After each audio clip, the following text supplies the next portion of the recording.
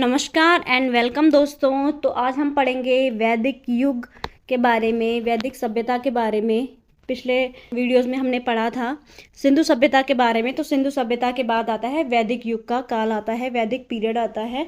तो जो वैदिक युग में हम पढ़ेंगे वैदिक साहित्यों के बारे में, वेदों के प्रकार के बारे में, वैदिक समय के लोगों के बारे में, उनको क्या कहा जाता था, और भी हम बहुत सारी चीज़ें पढ़ेंगे। तो शुरू करते हैं।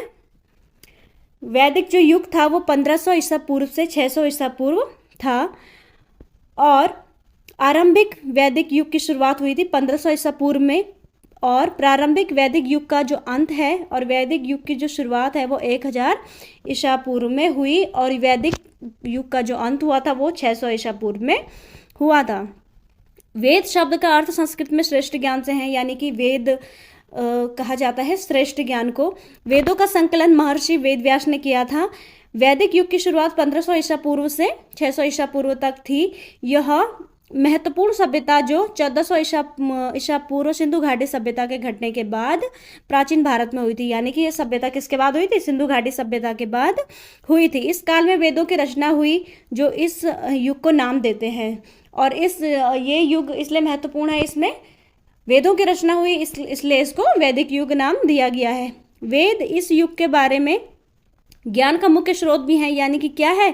वेदों से हमें ज्ञान की प्राप्ति होती है। 1500 ईसा पूर्व सिंधु घाटी सभ्यता के पतन के बाद सभ्यता की अगली लहर भारत में आर्य कब्जे के रूप में आकार लेने लगी। गंगा का मैदान, यानी कि जो अगली सभ्यता आई सिंधु घाटी सभ्यता के बाद वो वैदिक सभ्यता आई, और वैदिक सभ्यता के जो लोग थे उनको कहा जाता था आर्य, और आर्यों ने गंगा के मैदान को क्या कर लिया था? कब्जा कर लिया था, यानी कि वहाँ पे उन्होंने उस सभ्यता को बसाया था। सभ्यता में हिंदू धर्म के साथ साथ संबंधित भारतीय संस्कृति की नींव रखी थी। इन्होंने क्या करा? हिंदू धर्म को वहाँ पे फैलाया और भारतीय संस्कृति की इन्होंने नींव रखी थी। वैदिक युग हिंदू धर्म के पुराने समय और पुरानी शैली, संस्कृत लेखन, मौर्य साम्राज्य और भारत के मध्य राज्यों द्वारा फंसा हुआ था। यानी कि जो वैदिक युग का समय था वो हिंदू धर्म के जो पुराने वाला समय था, यानी कि सिंधु घाटी वाला सभ्यता वाला समय था, और जो फिर नए वाला जो समय आया, मौर्यों का समय आया, गुप्तों का समय आया, तो उसके बीच की ये अवधि थी जिसमें ये वैदिक काल फंसा हुआ था या इनके मध्य में था। ये यहाँ पे क्या है? वेदों की एक प्रतिलिपि यहाँ पे है, और वेदों में देवनागरी लिपि का क्या हुआ है? इस्तेमाल हुआ है। देवनागरी लिपि का इस्तेमाल संस्कृत और हिंदी भाषा में आज भी होता है। अब आते हैं आर्यों की उत्पत्ति पे। तो आपको पता होना चाहिए कि जो आर्य हैं वो वैदिक युग के निर्माता हैं, यानी कि उन्होंने इस संस्कृति को जन्म दिया है। तो अब हम आर्यों के बारे में पढ़ेंगे। जो आर्य शब्द है, आर्यन संस्कृत के आर्य से बना है। आर्यन संस्कृत के शब्द आर्य से बना है, जिसका अर्थ है महान और नैतिक। तो क्या होता है? आर्य शब्द का अर्थ होता है महान और नैतिक होता है। यह सहमति है कि वह इंडो आर्यन भाषा संस्कृत बोलते थे। वो क्या बोलते थे? इंडो आर्यन भाषा, वो उनकी भाषा क्या थी? संस्कृत बोलते थे। उन्होंने हड़प्पा की शहरी जीवन शैली की तुलना में एक ग्रामीण जीवन का नेतृत्व किया। और यहाँ पे ध्यान रखने वाली बात यह है कि आपने हड़प्पा सभ्यता के बारे में पढ़ा, तो उसमें आपने पढ़ा कि वो जो संस्कृति थी वो पूर्णतया शहरी थी, और ये क्या थी? एक ग्रामीण सभ्यता है, वैदिक सभ्यता। आर्यों की आयु को वैदिक युग के रूप में जाना जाता है, क्योंकि इस काल में 4 प्रमुख वेदों की रचना की गई थी। और आपको पता होना चाहिए कि इस काल में 4 वेदों की रचना की गई है। आर्य क्या थे? कुशल योद्धा भी थे। वो डेयरी पशु चरवाहों के रूप में उन्होंने अनुभव से उन्हें एक सक्षम घुड़सवार बना दिया था, यानी कि वो क्या हो गए थे? पशुओं को भी चराते थे, डेयरी से संबंधित उनके काम भी होते थे, और वो क्या क्या बन गए थे? उसके बाद उन्होंने वो एक घुड़सवार भी बन गए थे विकसित होने के बाद। तो आर्यों की उत्पत्ति के बारे में सारे लोगों की अलग अलग राय है, अलग अलग इतिहासकारों की अलग अलग राय है। तो सबसे पहले आते हैं बाल गंगाधर तिलक पे। तो बाल गंगाधर तिलक जी का मानना था कि जो आर्य थे वो आर्कटिक क्षेत्र से आए थे, ठंडे प्रदेशों से वो यहाँ पे आए थे। जो तारानाथ, एक तिब्बती दार्शनिक हुए हैं तारानाथ, उन्होंने माना कि जो आर्य थे वो तिब्बत से आए थे। और मैक्स मूलर ने दावा किया कि आर्य मध्य एशिया, यानी कि मध्य एशिया, ईरान, अफगानिस्तान और सप्त सैंध प्रदेश से आए थे। तो इसमें से जो फैक्ट है, मतलब जिसको माना जाता है वो मैक्स मूलर के फैक्ट को ज़्यादा मान्यता दी गई है बाल गंगाधर तिलक और तारानाथ के मुकाबले। अब आते हैं वेदों के खंड। इसमें साहित्यिक उत्पादन के लिए 3 खंड शामिल हैं। तो जो वेदों के अंदर जो साहित्य भरा हुआ था, तो उस साहित्यिक उत्पादन के क्या थे? 3 खंड थे। संहिता या मंत्र, ये भजन, प्रार्थना, आकर्षण, वाद, यज्ञ, सूत्र के संग्रह है। यानी कि जो मंत्र होते हैं उनमें क्या क्या होते थे? भजन होते थे, प्रार्थनाएं होती थी, वाद विवाद होता था, यज्ञ सूत्र होते थे, उनमें उनका संग्रह था। दूसरा है ब्राह्मण, एक प्रकार का आदिम धर्मशास्त्र और ब्राह्मण का दर्शन। क्या था ये? आदिम पुराना एक धर्मशास्त्र था और इसमें ब्राह्मण का दर्शन है। तीसरा है अरण्यक या उपनिषद, वे आंशिक रूप से ब्राह्मणों में शामिल हैं, इससे जुड़े हैं और आंशिक रूप से क्या है? अलग काम के रूप में मौजूद हैं। क्या है कि वो ब्राह्मणों में मौजूद भी हैं लेकिन आधे तौर पे, और आधे तौर पे क्या है उनका, वो एक अलग रूप में भी है, अरण्यक और उपनिषद। अब आते हैं वैदिक साहित्य पे। सबसे महत्वपूर्ण वैदिक साहित्य या शास्त्र कौन है? वेद हैं। वेदों को अपौरुषीय कहा जाता था, यानी कि ये क्या है? मनुष्य द्वारा निर्मित नहीं है बल्कि ये ईश्वर द्वारा प्रदत्त है, यानी कि ईश्वर द्वारा क्या है? प्रदान किए गए हैं। और रति यानी कि अनंत काल में ये विद्यमान है। ठीक है। 4 प्रमुख वेद साहित्य का गठन करते हैं, यानी कि जो 4 वेद हैं वो मिलकर के क्या बनाते हैं? वेदों का साहित्य बनाते हैं। सबसे पुराना है ऋग्वेद, सामवेद, यजुर्वेद और अथर्ववेद। यजुर्वेद, ऋग्वेद, सामवेद को वेद यत्री यानी कि वेदों की तिगड़ी के रूप में जाना जाता है। ध्यान दीजिए जरा, इनको क्या कहा जाता है? वेद यत्री यानी कि वेदों की तिगड़ी के रूप में जाना जाता है। जो अथर्ववेद है वो सबसे नया वेद है और उसको बाद में जोड़ा गया है। तो यहाँ पे हम जानेंगे वेदों के बारे में। तो सबसे पुराना जो वेद है वो ऋग्वेद है और इसमें क्या है? गीतों का संग्रह है और इसमें भगवान की स्तुति में 10 मंडल हैं इसमें, और 1028 क्या है इसमें? भजन है। दूसरे आते हैं सामवेद पे। मंत्रों और गीतों की ये पुस्तक है। भारतीय शास्त्र संगीत इससे आगे बढ़ा है, यानी क्या है? जो भारत को शास्त्र संगीत मिला है, भारतीय शास्त्र संगीत जहाँ से उत्पन्न हुआ है वो कहाँ से उत्पन्न हुआ है? सामवेद से उत्पन्न हुआ है। अथर्ववेद जादुई मंत्रों की पुस्तक है। इसमें जादू मंत्र और टोनों के बारे में बताया गया है कि जादू मंत्र और टोनों के बारे में इसमें बताया गया है अथर्ववेद में, जो सबसे नया वेद है। अब आते हैं यजुर्वेद पे। बलि की प्रार्थना की ये पुस्तक है। केवल वेद, गद्य और कविता में क्या है? ये संकलित है। अब आते हैं वैदिक परंपरा के साहित्य में क्या है? 6 साहित्यिक रचनाएं शामिल हैं। क्या है? वैदिक परंपरा के साहित्य में 6 साहित्यिक रचनाएं शामिल हैं। वो साहित्यिक रचनाएं कौन कौन सी हैं? तो पहला है वेदांग।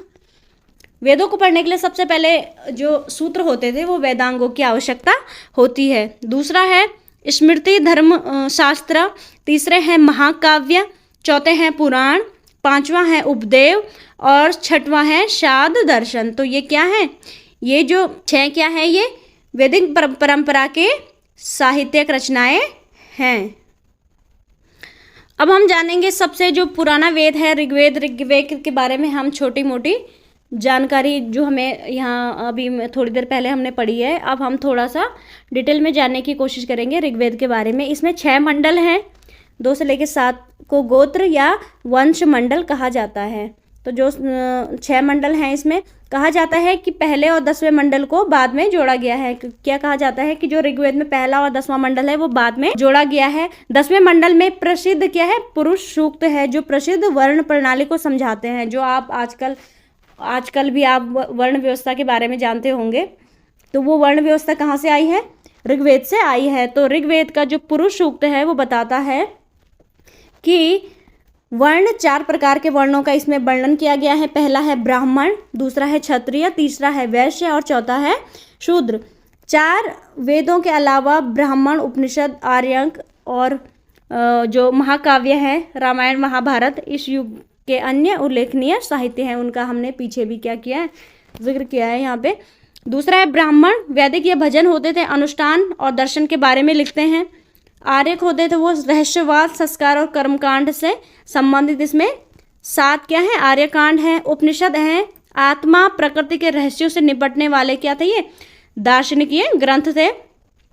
यह वेदों का अंतिम भाग है क्योंकि इसे वेदांत के रूप में जाना जाता है। 108 उपनिषद हैं, इनमें से क्या है 11 महत्वपूर्ण उपनिषद हैं। अब आते हैं महाकाव्यों पे। तो जो महाकाव्य हैं रामायण को लिखा है महर्षि वाल्मीकि जी ने, और जो महाभारत है उससे लिखा है महर्षि वेदव्यास जी ने। अब आते हैं सामवेद पे। सामवेद में धुन और मंत्र शामिल हैं।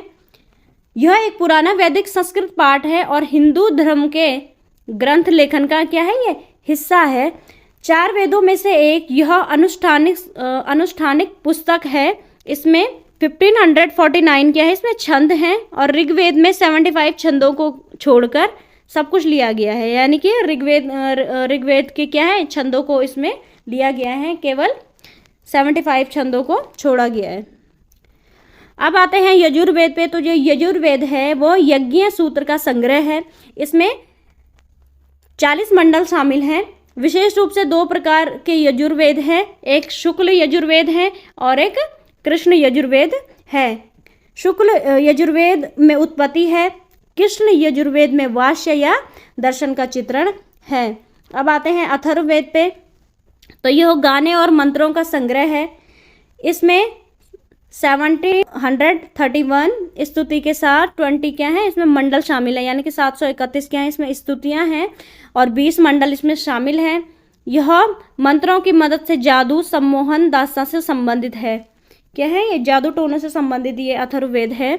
यह अन्य 3 प्रकार की वेदों की तुलना में क्या है सबसे निचले स्तर पर क्या है सम्मानित है। ये तो एक तो आपको पता होगा ये फैक्ट कि ये सबसे नया वेद है, ये तो है, लेकिन 3 वेदों की तुलना में क्या है ये थोड़ा इसको कम सम्मान प्राप्त है, ये थोड़ा निचले स्तर पे ये है। अब आ जाते हैं वेदांगों पे। तो हमारे वेदांग कितने हैं, 6 वेदांग हैं, शिक्षा, कल्पसूत्र, व्याकरण, निरुक्त, छंद और ज्योतिषी। तो जो शिक्षा है ध्वनि विज्ञान, उसके उदाहरण है प्रतिष्ठा। ध्वनि विज्ञान पर सबसे पुराना पाठ है, क्या है जो प्रतिष्ठा है वो ध्वनि विज्ञान पर सबसे पुराना पाठ है। दूसरा है कल्पसूत्र जिसको अनुष्ठान कहा जाता है। श्रौत सूत्र सुलभ सूत्र यज्ञ से ये क्या है संबंधित है। गृह सूत्र पारिवारिक समारोह से संबंधित है। धर्म सूत्र वर्णों, आश्रमों आदि से संबंधित है, यानी कि इसमें सूत्रों के बारे में बताया गया है कि कौन सा सूत्र किससे संबंधित है। तीसरा है व्याकरण, या आप जिसको ग्रामर भी बोलते हैं, तो इसको लिखा है व्याकरण की जो पुस्तक है अष्टाध्यायी, उसको महर्षि पाणिनि ने लिखा है। और ये क्या है दुनिया का सबसे पुराना क्या है व्याकरण है, यानी कि सबसे पुराना ग्रामर है। चौथा है निरुक्त को बोलते हैं व्युत्पत्ति। निरुक्त के निघुंत एक संग्रह कठिन वैदिक शब्दों पर आधारित है, यानी कि निरुक्त में क्या है जो कठिन वैदिक शब्द हैं उनके बारे में इसमें बताया गया है। छंद है मिमेटिक्स, छंद सूत्रों का इसमें प्रसिद्ध पाठ है। छठवां है ज्योतिष, खगोल विज्ञान। वेदांग ज्योतिष सबसे पुराना प्रसिद्ध पाठ है, जो क्या है वेदांग ज्योतिष है वो सबसे पुराना पाठ है। अब आते हैं स्मृति धर्मशास्त्र पे। तो इसमें भी क्या है 6 स्मृतियां भी हैं। मनुस्मृति का नाम आपने सुना होगा। तो पहली है मनुस्मृति, याज्ञवल्क्य स्मृति, नारद स्मृति, पराशर स्मृति, बृहस्पति स्मृति और कात्यायन स्मृति। अब आते हैं महाकाव्यों पे। तो महाकाव्यों में सबसे जो पुराना महाकाव्य है पहला है रामायण। इसे आदि काव्य यानी कि दुनिया का सबसे पुराना ये महाकाव्य के रूप में इसको जाना जाता है। इसमें क्या है 24,000 श्लोक हैं और 7 कांडों में इसके छंद हैं, यानी कि क्या है रामायण के जो श्लोक हैं वो 7 कांडों में क्या है विभक्त हैं। दूसरा है महाभारत। महाभारत को लिखा है महर्षि वेदव्यास जी ने, जैसे कि आपको पहले भी बताया है। और ये दुनिया का सबसे लंबा क्या है महाकाव्य है। इसमें कम से कम कितने हैं 1 लाख श्लोक हैं और ये पर्व में इसके छंद हैं। अब आते हैं पुराणों पे। तो पुराण का अर्थ होता है पुराना, और 18 प्रसिद्ध पुराण हैं। 18 पुराणों में सबसे जो पुराना पुराण है वो है मत्स्य पुराण। अन्य महत्वपूर्ण पुराण होते हैं भागवत पुराण, विष्णु पुराण, वायु पुराण, ब्रह्मांड पुराण। पुराणों में विभिन्न शाही राजवंशों की वंशावली का वर्णन मिलता है। तो जो पुराण क्या बताते हैं, हमें किसके बारे में बताते हैं? जो पुराने राजवंश थे उनकी वंशावलियों के बारे में हमें पुराणों से ज्ञात होता है। अब आते हैं उपवेदों पे। तो वेदों के जो सहायक विषय होते हैं उन्हें उपवेद कहा जाता है। किनको कहा जाता है? उपवेद। जो वेदों के सहायक विषय होते हैं, यानी कि जो यजुर्वेद, ऋग्वेद, सामवेद, अथर्ववेद के उपवेद क्या है? अर्थशास्त्र, सैन्य विज्ञान, संगीत, नृत्य और चिकित्सा क्षेत्र हैं। 5 उपवेद हैं जिन्हें इसी सार्थक रूप में देखा जा सकता है। यहाँ पे 5 उपवेद हैं। पहला है आयुर्वेद। आयुर्वेद चिकित्सा से संबंधित है और ये इसका वर्णन किस में है? ऋग्वेद में है। दूसरा है गंधर्ववेद। गंधर्ववेद क्या है? संगीत से संबंधित है और संगीत से संबंधित है तो इसका वर्णन किस में है? सामवेद में है। तीसरा है धनुर्वेद। धनुर्वेद आपने तीरंदाजी के बारे में सुना होगा। अभी भी तीरंदाजी का जो खेल होता है वो होता है और धनुर्वेद, तीरंदाजी ये यजुर्वेद में है। चौथा है शिल्पवेद। अथर्ववेद में शिल्प विज्ञान के बारे में इसमें बताया गया है, तो ये अथर्ववेद में है। तो ये 4 प्रमुख क्या थे? ये उपवेद। अब आते हैं 7 दर्शन पे। ये 7 दर्शन सत्य शिक्षण के 6 साधन हैं या सत्य के 6 क्या हैं? ये प्रदर्शन है जो हमारे आसपास का सत्य है।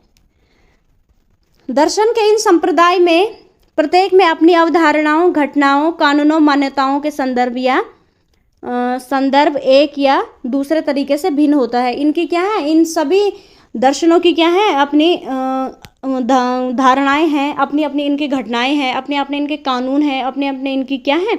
मान्यताएं हैं। ये कहीं पे एक दूसरे से जुड़े हुए भी हो सकते हैं और कहीं पे अलग भी हो सकते हैं। प्रत्येक दर्शन अपने तरीके से वेदों को विभिन्न भागों को विकसित, व्यवस्थित और सह संबंधित करता है। प्रत्येक प्रणाली का अपना क्या होता है? एक सूत्रकार होता है अर्थात ऋषि होता है। यानी कि क्या होता है कि प्रत्येक दर्शन के अपने तरीके होते हैं और प्रत्येक दर्शन का क्या है? एक अपना सूत्रकार होता है। सूत्रकार का मतलब होता है कि जिसने उस दर्शन की खोज की है उसको सूत्रकार कहा जाता है। तो यहाँ पे पहला दर्शन है इसमें सांख्य दर्शन। तो सांख्य दर्शन के जो संस्थापक थे वो कपिल ऋषि थे। योग दर्शन, इसके जो संस्थापक हैं वो पतंजलि ऋषि हैं। तीसरा है न्याय दर्शन। तो न्याय दर्शन किसका है? गौतम का है। वैशेषिक दर्शन है उल्का कनाडा का। पूर्व मीमांसा जैमिनी का है और उत्तरी मीमांसा है बादरायण की। तो आज के लिए बस इतना ही।